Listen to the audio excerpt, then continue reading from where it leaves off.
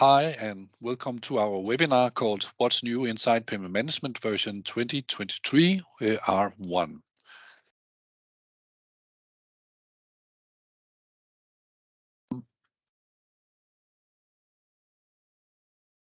My name is Kim Dalsgaard Christensen, and I'm your friendly host for this webinar.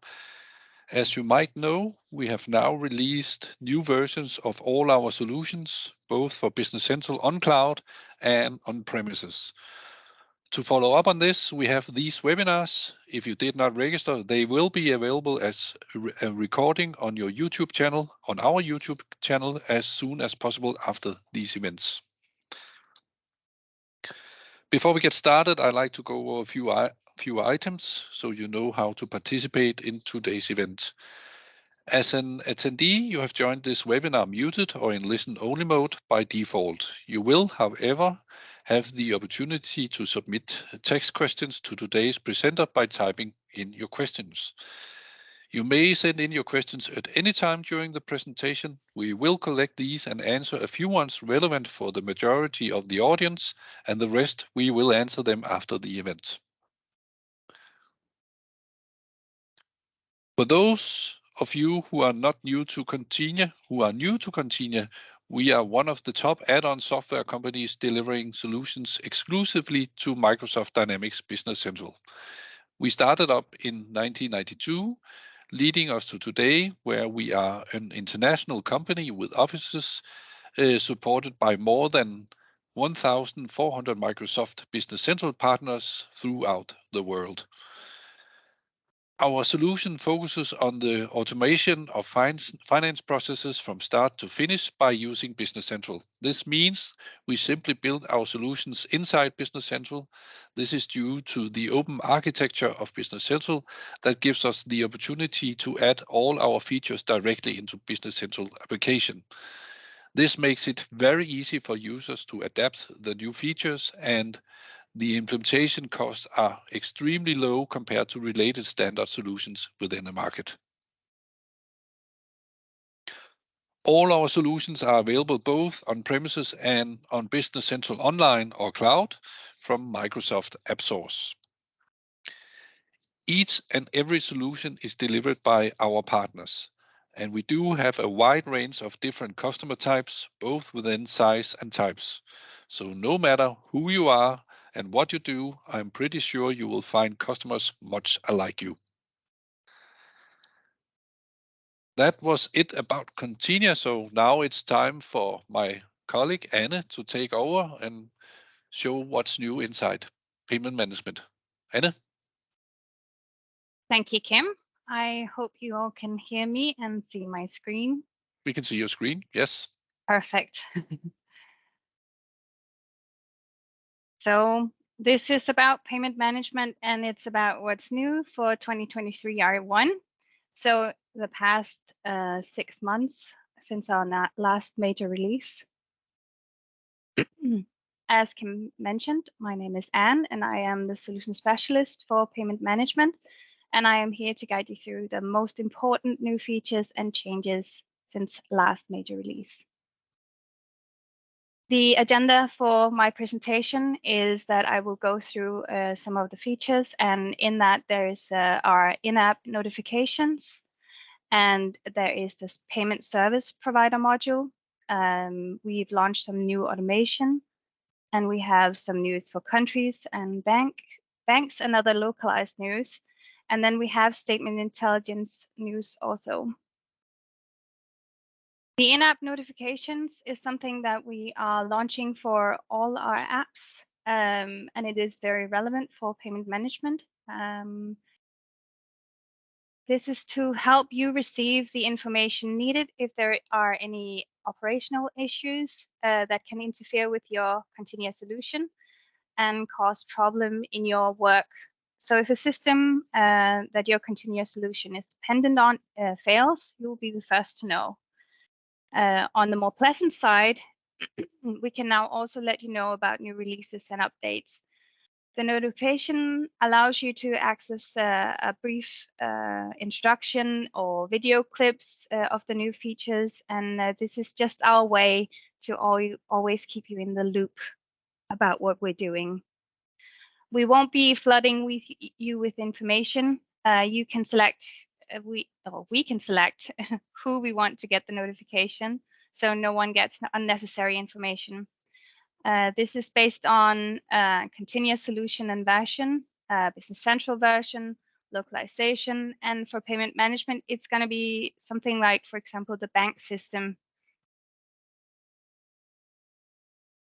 Then we are happy to announce our new module, the Payment Service Provider module.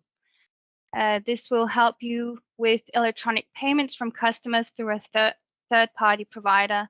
You can get all the information regarding the customer payments and can set up which balance account you want to use for example, fees and commissions from the payment service provider.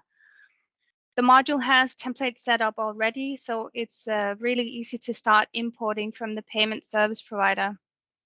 Everything will be imported into the cash receipt journal, and the payments will automatically be applied. And everything else besides the payments will be set up with a balance account that you've chosen beforehand. We now support these payment service providers: Amazon, Bol.com, Klarna, PayPal, Adyen, and Molly, and there are more to come. We continue to develop support for new payment service providers, and right now we're working on support for payments from Dips by Nets and Worldline. So also something I would like to take the opportunity to ask you or tell you is that if you have a payment service provider that you would like us to add, then please help us out. Send us an email with any information that you have and files from that specific payment service provider, and that will make it so much easier for us to continue to expand this list.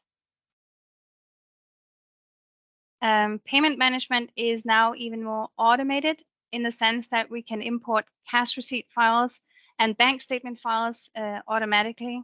And we are now also able to update the statuses in the payment journal automatically.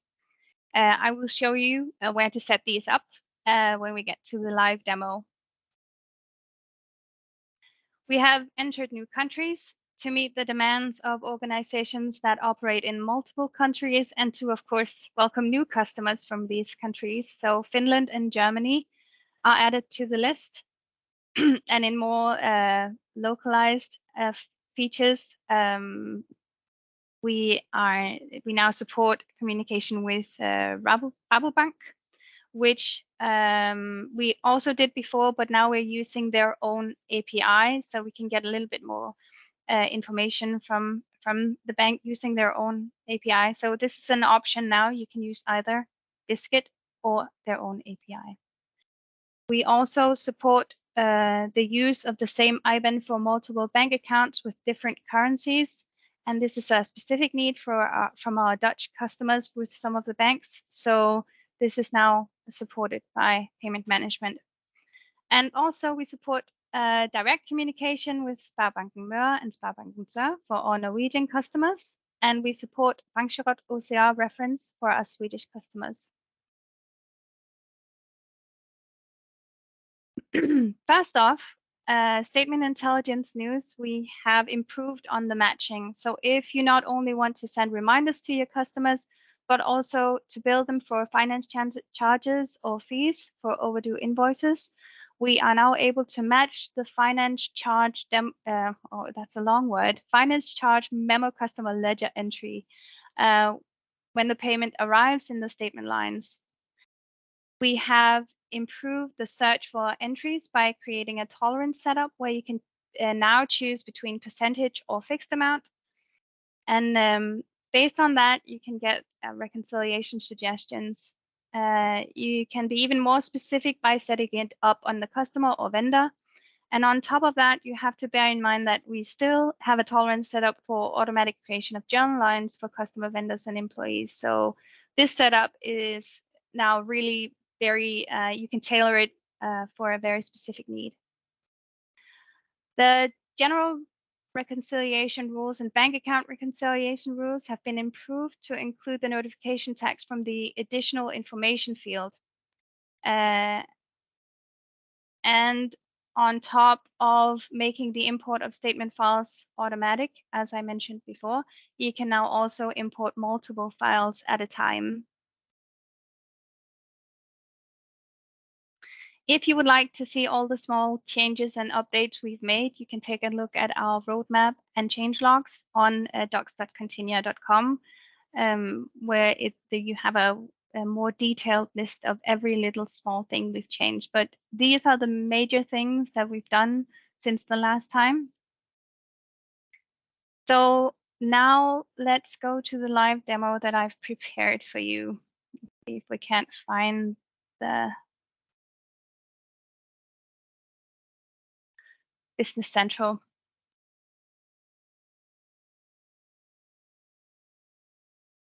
Good. So one of the things that I mentioned is that is our automation. And if I go to banks,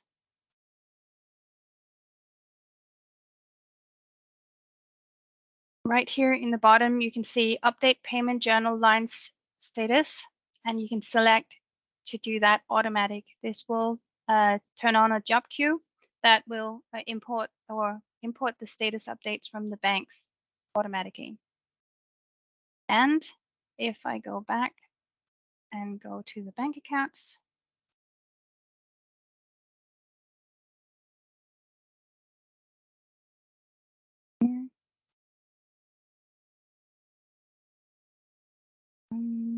no, sorry, it's in the top. Right here, you can see that I can enable the statement queue, job queue, so that I can import them automatically, and I can import cash receipt files automatically to the cash receipt journal. Something that was the automated part. And also I want to show you the tolerance setup that we've added. This is under statement intelligence. Down here, you can see a tolerance type. You can choose between percentage and amount. And then you select the percentage or amount that you want to have set up as a tolerance to be able to create the reconciliation suggestion. So on top of that, you still have the option to set up a tolerance deviation to create the journal lines automatically in each journal. This setup is also available on the vendor, on the customer, so you can set that up to be more specific when it comes to a specific vendor or customer. Yes. So that was the two things that I wanted to show you, besides the payment service provider module that I've been looking forward to tell you about. For those of you that have no idea what this is and why this is relevant, let me give you a little scenario to better understand it. Oh, let's pretend that I have a web shop with paying customers. They pay electronically, maybe credit card payments, but to be able to offer that service to my customers, I will have to use the services of a payment service provider. But what's the issue then? I can just use that payment service provider, but the issue is that the payment service provider would transfer an amount to my bank without any information on what this is. So this could be just one amount for a given period with no information on where the payment came from. I would then have to download the information from the payment service provider and figure out which payment goes with which sales invoice or customer ledger entry. And then to do the match and create the lines, and also create each line for example, fees and whatever commissions the payment service provider get. This is where the payment service provider module can really help me save time, because with the payment service provider module, I would be able to import the file and automatically match the customer payments to the customer ledger entries. And I would get the extra lines from the payment service provider in that file and set up which GL account I want to use so that they are ready to be posted immediately. All of this I will show you right away. To begin with, I just want to tell you that all of this information, I will also show you that afterwards, can be, you can read more about it on docs.continia.com, where we have everything you need to know about setting up payment service provider module. But let me show you. So to access the payment service provider module, you just have to type in PSP, and this will provide you with a list of all the payment service providers that we support. So for each payment service provider, we have set up a template. So we can do, for example, I'm going to work with Klarna in this example, so I can just show you the rule template for this. For each transaction type in the file that I get from the payment service provider, I can set up a search text to be able to post them on different GL accounts. So these are the search tags that I can set up. I can use this template to create that agreement that I want to use. You can see here, for this one, I already have an agreement set up. And for this one, I have set up the GL account that I want to post it on. And I can also set up a dimension for every line in that agreement. But if you don't know exactly what to do, we have a setup for this. So if you type PSP and then you go to the PSP agreement setup, you will be guided through what to type. And you can just say, I want to go a Klarna 2, and I select which I want to use. Yes. And which bank I want to use. And I can set up different rules in the next window. So you can see here, I can select which account I want to use. I'm just going to select the same one for all of them. And then next, and then I'm done. So that's how easy it is to set up a PSP agreement. Good. So something we need for you to understand how this is connected, I'm just going to show you the agreement rules again, and you can see that I've typed in the search text. So the file that we get from the PSP provider, you can see here that these are the different transaction types. So this is a sale, and then there are some fees and commissions. And if we take this as an example, the first sale on the list, you can see there's an order ID. So this is what I'm going to use for matching. So when I create a purchase invoice in my system, I need to have this in a specific field, the external payment reference, to be able to match this on import.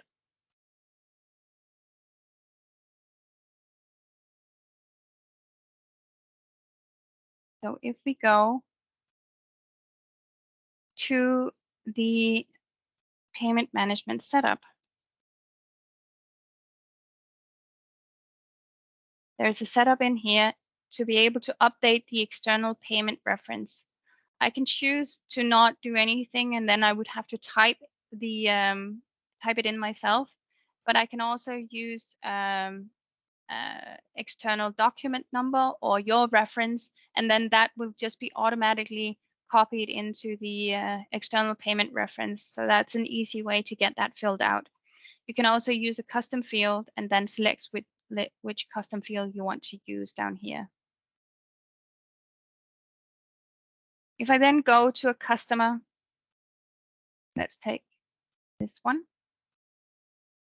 I have already created and posted a sales invoice. So I want to go to the ledger entries to show you this specific one, the first one up here on the list. If I go all the way to the right on this one, you can see that this one has an external payment reference. So this is ready to match when I get to the cash receipt journal.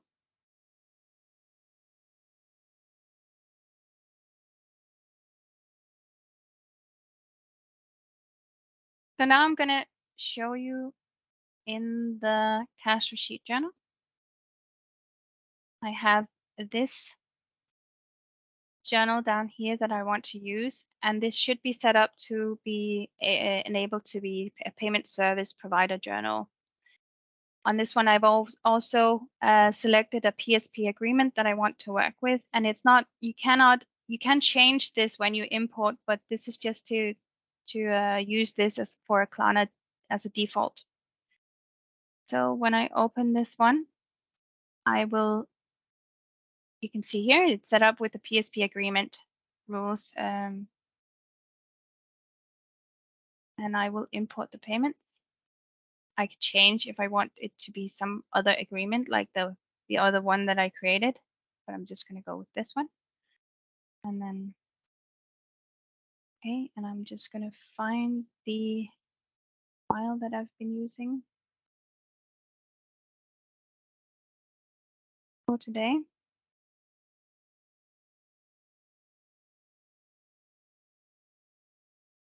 And as you can now see, I have all the lines from the file that I showed you before, and these ones are already connected and applied to that sales invoice or customer ledger entry. If I go out here, I can see that it is applied. And all the other lines, the commissions and fees, have been set up with a GL account. So I'm actually already, just based on this, ready to post this cash receipt journal.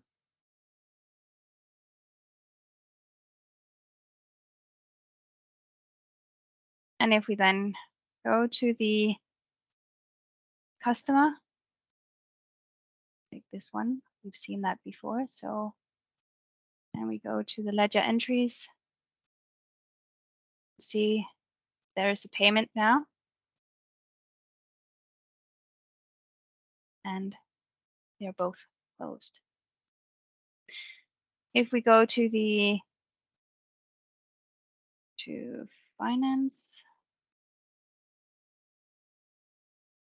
and select the account that I set up and go to it. Yeah.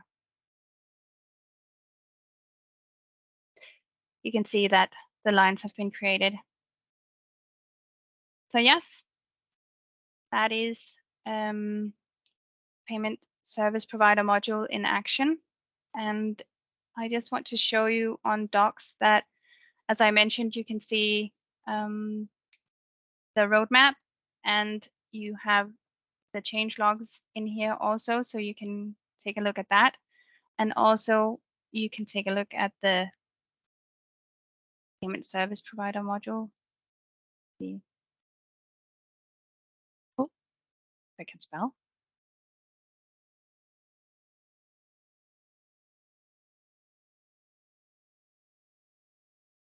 Can't. So you can see you have setting up payment service provider, the overview, the list of every payment service provider that we support, and yeah, everything you need to know to set it up. So if you want to learn more about it, you can go in here and take a look. Yeah. So Kim, did you have any additional things? Yes, of course. Thank you, Anne, for a very nice presentation. Of course, all these delicate things you showed. Of course, how is this aligned with our pricing and our license programs? So I just want to get through a few informations about that, and then you can maybe, meanwhile, look at the incoming question. Not a lot, but a lot of wishes for new PSPs. So thank you for that. Good. Very nice. So I will just share my presentation again. So I will guide you through the licensing about from payment management according to this. First of all, Anna showed you this new feature module called Payment Service Provider, and of course, that's the general news regarding this. And for, as you might know, we have two types of license programs. We have a license program for customers on premises with their own Business Central NAV license on their own server, and of course then Business Central Cloud or SaaS, where it's hosted by Microsoft on Azure. So first of all, on premises, first of all, you need to acquire a license for the basic license for payment management, and on top of that, a add-on license for payment service provider is needed. And of course, all of you who are on premises and knows our pricing, you know the shirt sizes and additional companies and so on. Otherwise, ask your partner for a specific price. But when you got this license, you can import as many payments from your service provider as you want to. This is the purchase license price in euro. And of course, you can also rent our solutions with subscription license, and these are our prices in euro per month. When it comes to cloud, it's a different story, you might know, because on Business Central Cloud, on Microsoft AppSource, we operate with an essential module and then feature modules upon that. And the price is defined by that you each calendar month after the end is counting all your consumption throughout the month, and then you know the price. And for payment management, you know that if you are on cloud, you know that the consumption is posted by posted payment journal lines, posted cash receipt journal lines, and posted general journal lines generated by payment management and other details as well. What is important when we talk about payment service provider is that what is not included in what you should count as a consumption is actually the posted journal lines from payment service provider. So that doesn't count. The reason why is that we, of course, can see that a company with a web shop has a lot of transactions, and the weight of a service provider transaction might not be as heavy as a general posted journal line. So instead, what we did was that we added an extra price using service provider, the service provider features as a feature modules based on the consumption on everything else than the journal imported journal lines from a service provider. Again, if you have any questions about this, ask your partner, and if your partner, ask your partner account manager at Continia Software. That was it from my side. Anything? Anna, do you have anything to do you want to bring up some incoming questions, or are we done? Well, yeah, yes, there are just a couple of things I want to add. The ones that sent the wishes for new PSP providers, please send me an email if you have any additional information, because we of course want to do for everyone, but it would be a very big help for us to get the formats right. And you might have customers or are a customer that have a format right in your hands right now. So that would be really nice. Someone else asked if they are reconciled against original customer of Klarna and Loftair. And these are reconciled against the customer. I will have to look into how to do it in another way. If you have any suggestions or questions regarding doing it to Klarna, then please write me. And Mike, I will get back to you directly. Who else? Also, Lars Kjær Christensen, I will get back to you directly because I have to figure out exactly what you mean. Good. I think that was it, Anna. Yeah. So thank you all for taking your time to listen to me and especially Anna. And thank you very much for attending. See you. Bye-bye. Yeah. Thank you. Bye.